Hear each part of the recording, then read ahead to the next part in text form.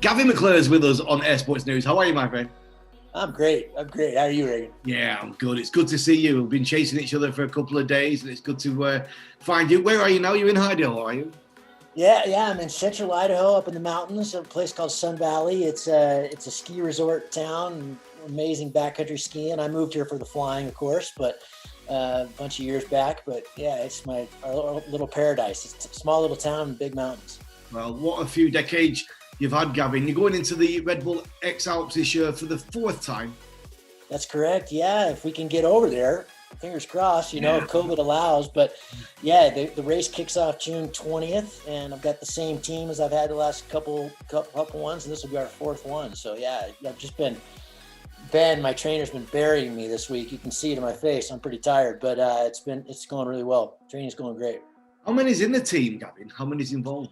There's 5 of us. We've got we've got a new guy this year that's handling all the content. So he'll do he's a Nat Geo photographer and videographer. His name's Ben Horton. So he'll be chasing us as well, and just handling all the social media and the pictures and the video and all that kind of thing, so we don't have to worry about it.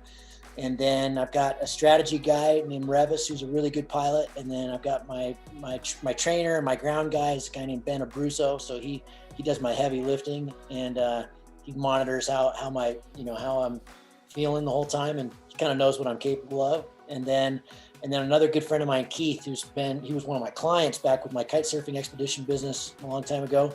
And he kind of runs logistics. He gets out in front of us. Often the race van can't keep up with me, I'll cross the spine of the Alps and they got to drive 4 hours around. So yeah, he'll try to anticipate where I could potentially get, where I might get stuck and that kind of thing. And so I've got support, because you're trying to carry as little water and food as possible, because you don't want to climb up that too many mountains with all that stuff. So you're trying to go as light as possible, but you don't want to get stuck without water or food. So that's his role. Yeah, I'm interested in how often you actually meet up with the team during the actual event. Is it once a day or sometimes? It depends. It's at least once a day, because I'm almost always, back in the day when it wasn't nearly as fast, it was more of an adventure race, kind of back in the earlier 2000s. And, you'd stay in huts and the pace was just a lot slower. And now all the teams have gotten so fast, and it's just, it's really gotten much more sophisticated and quick and much lighter gear that, you just can't, you're always moving. And so you can't, if you get to a hut at 8 p.m., you're leaving 3.5 hours of the day where you're not moving. So nobody does that anymore. So you're pretty much always sleeping in your race van. So for sure, the night you're with your team, the next morning, and then very rarely you'd go most of the day without seeing them. But most of the time they're catching you, when you land, and they can give you a quick protein shake or something, and then they've got your next launch all programmed out, and you might not see them until after the next flight. But there were a couple times in the 2015 race where I went all day without seeing my team. I'd have breakfast and be with them early in the morning when we first get going, and then that'd be it. But we've also gotten better at that too. So most of the time I'm seeing them, 3 or 4 times a day. But it really depends. A really good day in the Alps, you can fly 7-8 hours. You can be in the air all day. And so, on those times, they're just trying to keep up, because we can go a lot more direct. Even in the Alps, there's lots of roads, but they don't often go the way we're going. What an adventure for the team. It's awesome. It's such a great, I keep saying, okay, that's it. I'm not going to do this again. But, there's lots. It's the scenery, it's where the race gets you, it's all that, it's all what you imagine. It's the most incredible adventure ever. But really why I keep coming back is those guys. You're kind of going to war for 12 days with your best buds, and it's hard to create relationships like that outside of something that's that intense. It's really very, very special, and it's, at least for me, it's really hard when it ends, because you've got they're cooking for you and they're encouraging you, and you've got these guys just taking care of you, and mostly you're just laughing, like you get yourself into some crazy situations. So it's also just really fun and funny, and And it's a period of time where all of us are completely removed from the outside world. We're just so in it, and you're not worrying about anything else except moving and making ground. And so I think that kind of shared purpose is really special. And that lack of distraction that we all have these days with our little ices, is also really special. And a bunch of years ago, I did this traverse of the Alaskan range, and I didn't have contact with the outside world except through my inReach, your satellite device, for 37 days. And, that's special. That's pretty neat. So yeah, it's just a blast. Basically what it comes down, it just sounds brutal and hard and physically outrageous, but at the end of the day, it's a lot of fun. I was reading, somebody asked you about the X-Alps. How difficult is it? How much of a trial is it? You said it was not as bad as the Alaska 37 days one. No, the difference, of course, is that I wasn't racing in Alaska. The nice thing about that was that I was in no hurry. I didn't want to even, I wanted to get it done. And of course, there's the budget with the Red Bull film and the whole thing and all that. But, you're not in a race. You've put years into planning this thing. I didn't, I wanted to stretch it out and enjoy Alaska. And, there was no like, you got to get there in 5 days kind of thing. Whereas the X-Alps it's a different kind of intensity. But yeah, no, the physical load of Alaska and the starvation, we suffered. We were really proper suffering. So it's a different kind of suffering in the X-Alps. But the big difference is, for the X-Alps, you train for it. You train really, really hard for it. And if you train well and you stay healthy, then you're ready for it. It is impossibly, it's when I always look back, I'm like, that's crazy how much physical effort went into that. But at the time, it's just fun. It's not that painful if you train well enough for it. I think a lot of it's down to the decisions you make and the chances you take as well. You said something about it, you're pushing as hard as you can without giving yourself too much danger. Yeah, exactly. The ultimate loss would be if you pushed stupidly and got hurt or got killed. And, so that's, you've got to kind of balance that teeter-totter pretty well. And the hard thing is, of course, you're often pretty smoked, tired. Well, not physically, but just tired. You don't get a lot of sleep in this race, and it adds up, so by day 6, day 7, day 8, everybody's feeling it. And you got to kind of keep making good decisions. But yeah, it's more chess even than this, just, it's the big difference between, this kind of physical endeavor and say an ultrathon or any of these other kind of big endurance events, even something like, the Tour de France, which is monumental physical effort for those guys, but they don't have to think that much. You put your head down, you train hard, you put your head down and you go.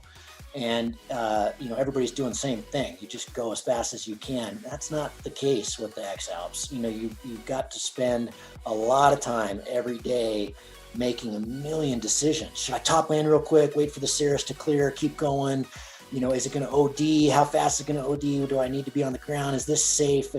What route should I take? Sometimes there's dozens of possible different route choices you can take, and different aspect of the sun at different times of the day. So, it is really like playing chess all day, every day as well, where, a wrong move, you're in checkmate, and you got to figure out how to get out of it. So, and it used to be, I don't have a ton of history with it, but this will be my fourth. So my first one was in 2015. And even back then you could make mistakes and still stay in the game and catch up and make good moves. And at least I'm finding it, in the 2019 race, there wasn't a lot of moving around. Basically everybody's moving really fast now. And so you just can't get into a Venus flytrap anywhere. You've got to just keep moving and move efficiently. And, I was watching replays of the track logs this last couple of weeks of both the 2017 race and the 2019 race. And, you'll have days where, even Kriegel, who's won it 6 times in a row, has brutal days. He's at 6 flights a day and climbing, 5,000-6,000 meters and long time on the road, long walks and stuff. So, it's, even the best of the best can can really struggle in this race. It's an incredible endeavor. I can't wait. I hope you actually get there. Oh, I hope so too. The race organization feels pretty optimistic right now that the race will happen. Maybe not so optimistic that everybody will be able to get there. You know, it really depends on, trying to get the sun off my head here. It really depends on, it's already shiny enough, you know, it really depends on, you know, the vaccines and if you're allowed to travel really at that point, you know. So some of us that are coming to Europe from other places might be in trouble, but we'll see. Yeah, we'll see how it comes out. With the pandemic and with the lockdown, from my old world, from skydiving, a lot of skydivers have took up paragliding. The top floors are closed, they can't go jumping, so they want to fly something. And a lot of people, lots of people I know have been paragliding this last 12 months. Like, you've got this new book out, and this is it for new and intermediate flyers? Yeah, I mean, we're kind of calling it, if you've got 100 hours or more, it's really meant for you. It's called advanced paragliding, but it really fits for, you know, folks that have some foundation, that have some experience, that, you know, they've learned the basics, they know how to ground handle, they know how to get off the hill, they know how to be an independent and autonomous pilot. And they're looking for a lot of tips and strategy and tricks to improve safely. So it's basically a book that helps all of us become better pilots. But it's, you know, there, a lot of the theory and a lot of the concepts are at least intermediate, you know, and the way cross country, and they did a ton of work. They were the heavy lifters here, but we basically took the first 100 shows of the podcast and distilled it down into the book. So it's like the best of the best. So there are deep dives with 18 of the guests that just really impacted me the most, that had the most impact on my own personal, a lot of it's life as well as flying. And then we took little bits, you know, there's things that come up in the podcast over and over again: fear injuries, climbing, gliding, dealing with risk, safety, strategy, that kind of thing, competition flying. And so we took little bits of, oh, that's a good bit. So I went back and re-listened to them all again, and then re-listened to them all again, and kind of took little, you know, oh, that's a good little dollop of yumminess, and we put that in for that chapter. So it's kind of split up between those two things. It's kind of a, you know, a seminal work by a guy named Dennis Pagans called Secrets of Champions, that was interviews with some of the best hang gliders in the world. This was at least a 20-year-old book now. And so this is kind of a Secrets of Champions that's current with current pilots and stuff, mixed in with a lot of the things that we learned from the last 8 years of the podcast, basically. There's a lot there. It's one of these books that's kind of like an encyclopedia. You read through it, and then you go, oh, there was that really good bit on, you know, climbing. I gotta look that up. Or, you know, you can go out and have a flight. And, I kind of missed that move. I'm pretty sure Gavin talked about that, and let's go back and check it out. So we expect that it'll be a book that, you know, you read, and then you just kind of keep around, and you can kind of keep going back to and try and, let's try that. And so, it was awesome project for me personally, because it's, you know, I record the podcast. You'd think I know all this stuff that was in there, but it was, you know, when you listen to people again, there's always something new. And then we also went back to all those people to go, hey, you talked about this in the podcast. Can you elaborate on that? So there's a lot of new information as well. Tell everybody the name of your podcast and the name of the book, Gavin. Cloud-Based Mayhem. The podcast is Cloud-Based Mayhem. That's my website. That's been the kind of the logo and what I've been under for years and years now. But the book is Advanced Paragliding, and the little tagline is what I've learned from the best pilots in the world. Now, but adventure and living in the moment, that's been part of you since you were so young. And before you even started flying, you had a long time climbing, sailing. Tell us a bit about when you realised, how old were you when you realised that you weren't going to be some guy to work in an office? When you wanted, you knew you had this passion to get out there and live in the moment. When did you realise that? Yeah, the story I tell is my mom. I was down in Australia, and I was doing an exchange thing. So I was going to school in Wollongong, south of Sydney. And at that time I was crazy about rock climbing. That's all I did was climb. And my mom was actually working a program down there. She was a tour director still is actually. She's been a tour director her whole life. So she was working a program, I believe out of Sydney or maybe Melbourne. And I talked her into coming up, and we did a little backpacking trip in the Blue Mountains. And, I always chose stuff that was way too hard. Always. Everything I've ever done, it's always stuff that's just beyond and too much. And so, of course, my poor mother, who's 5'2" and she's super fit, but she, 20 minutes into the thing, I'm starting to take weight out of her pack and putting it in mine, because I've taken us down into this massive canyon in the Blue Mountains. And that first night, she's smoked and her feet are smoked, and I make a little fire, and the Southern Cross is this beautiful night. And my mom, my lifestyle up to that point had always driven her crazy. She was from a different era, and you're supposed to go to college and get a house and get a corporate job and white picket fence, and that's her clients were that. These tours that she went on were people that, it was incentive travel. So these were people that worked really hard at whatever, some company, and got to go on this trip. And she just thought that was amazing. And so my background of ski racing and, doing all these wacky trips and, kayaking down through Mexico and Guatemala and Honduras for 6 months one year, she was really worried about me.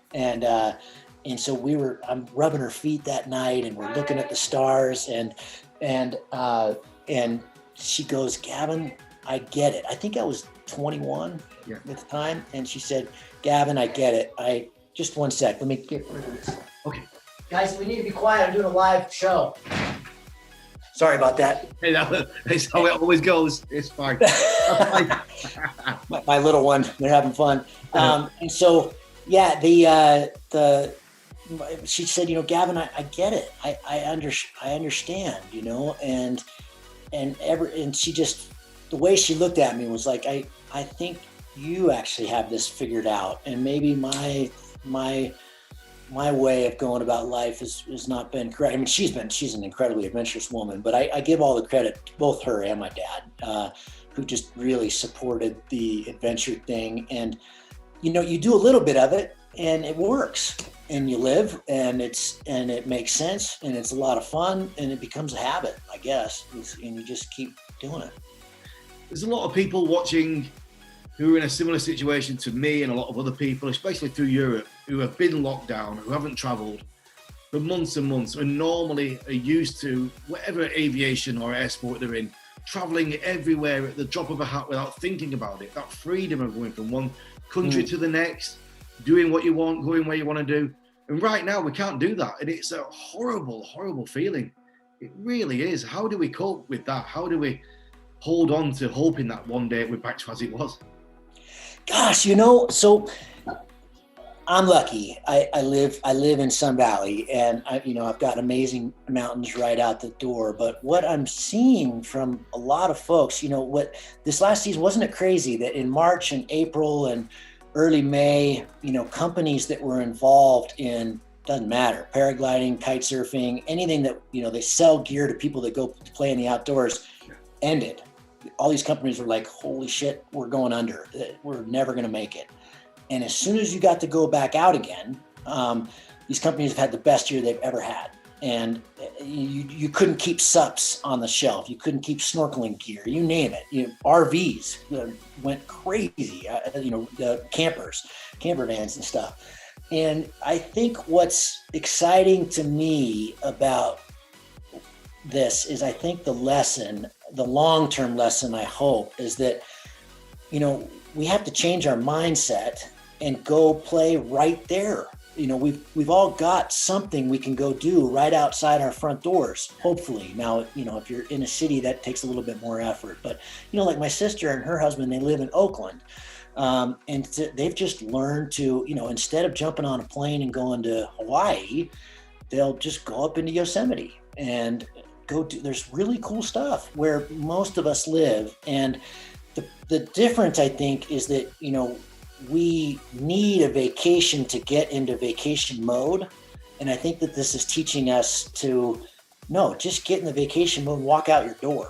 And So in a lot of ways, it has re-taught me in a sense to recreate locally, which I think is, certainly better for the planet. And we have to do something, so we might as well do that. And so it hasn't, certainly, I'm not saying I'm not above this. There are times, like right now, I'm like, gosh, I'd like to go to Colombia and go flying, and and I know some people are, but it's things are pretty bad here in the States right now with COVID. So I think it's just more responsible to stay home and to recreate locally. So in some ways, I've been really lucky, and I know there's a lot who, there's been real suffering here, but everywhere around the world. But there's, I think there's good lessons to be drawn from it. At least that's what I'm telling myself. You started paragliding. You were sailing around the world at the time, were you? I was, yeah. I spent 13, almost 14 years straight living on a boat. Two separate boats, but and that turned into, was never the plan, but it turned into kind of a kite surfing expedition, and circumnavigated, a proper circumnavigation once, and the other one was kind of by distance. We spent a lot of time in the South Pacific, but so I always say 2 circumnavigations because it's just clearer, but it's actually 1 3/4. And so, I spent a lot of time at sea, and I actually learned how to paraglide from a girl, of course, back in 2004. And that was really just ground handling. We were down in New Zealand at the time, and she taught me how to ground handle, and kind of went off a couple little farmer's hills, like the 3-second flight, which are just terrifically exciting when you're first learning. But because I was running this boat and we were sailing around mostly islands that didn't have a lot of flying potential, I didn't really get into the flying seriously until we wrapped that up in 2011 in Morocco. And I mean, I had done some trips, every year we'd get a little bit of time where we could get away. So I'd go to Beer in India and fly, because I was way more crazy about flying than kite surfing or being at sea. But that was the business. That's what I was doing. And that was a lot of fun. And we did find some pretty interesting places to fly along the way. So we found these dunes off the coast of Mozambique called the Bazarudo Dunes, which is, like Dune de Pila times 20. And so we did find some really special places to fly, but to fly like proper cross country, I really didn't get to do that much until we got done with the boat in 2011. And that's why I moved here. That's why I moved to Sun Valley. When you think about these moments in life, we've all got them where it's not necessarily a championship win or a competition environment, but there's times doing your thing where a certain moment hits you. It just really is. It fixes in your memory. Would you say you've got the best of them from paragliding or from sailing, or a mixture of both? Gosh, that's a great question. Thank you. Yeah, a mixture, but nothing has held my attention. I tend to be one of these folks that gets really into something, way too into it, and then I get to a point where, okay, the learning potential here is so incremental that I lose interest and jump to something else, and then that becomes a total obsession. So I don't know if I'm kind of like ADD or what. I don't think so, but I certainly get uber fixated on stuff, and that's certainly how it has been with me for flying. But I still feel like a newbie at this sport, and so I feel like the paragliding has held me much longer than any other thing I've ever done.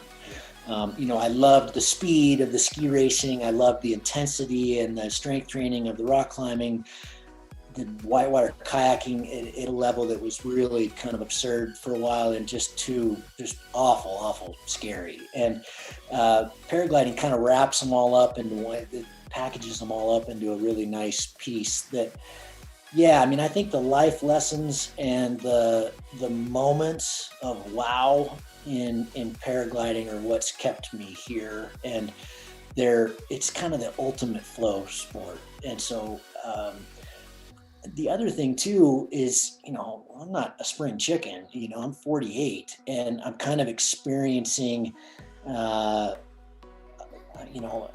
with the X-Alps and Alaska and all these other things, I'm doing it at a level that I've never been able to accomplish at other sports. And that's pretty exciting as well, is to be able to pursue something that really just requires a decent head and good vision. You don't have to be incredibly fit to be a really good pilot. The XOPS, you have to be incredibly fit, but for just general flying, we can pursue this safely and have a really good time for a long time. You're not, Tom Brady's not going to be able to pull off what he's doing for much longer. So I think that's also really fun.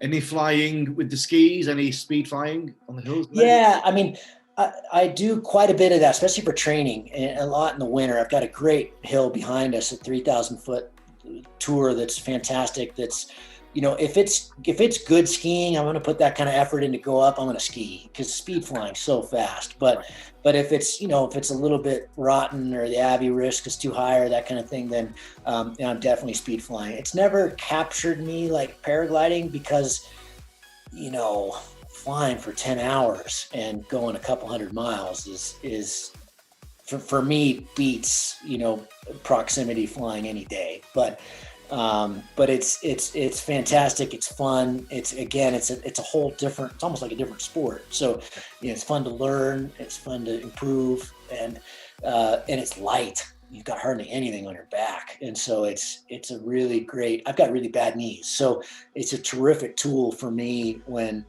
coming back down on foot. Isn't that fun? Well, over those years, Gavin, from being that young kid in Australia to where you are now, would you change anything? Oh, great question. I always ask this on my podcast. I should be ready for this. I'm going to steal from somebody else. One of my guests, Jeff Shapiro, said no, because I wouldn't change anything for the fear of changing everything. Yeah. And I think everything happened in the right progression, in the right, that led to other things. I never could have envisioned any of this. Not my job, I still don't know what I want to do with myself, I'm almost 50. And I'm 53 and I don't know either. Yeah, I like that.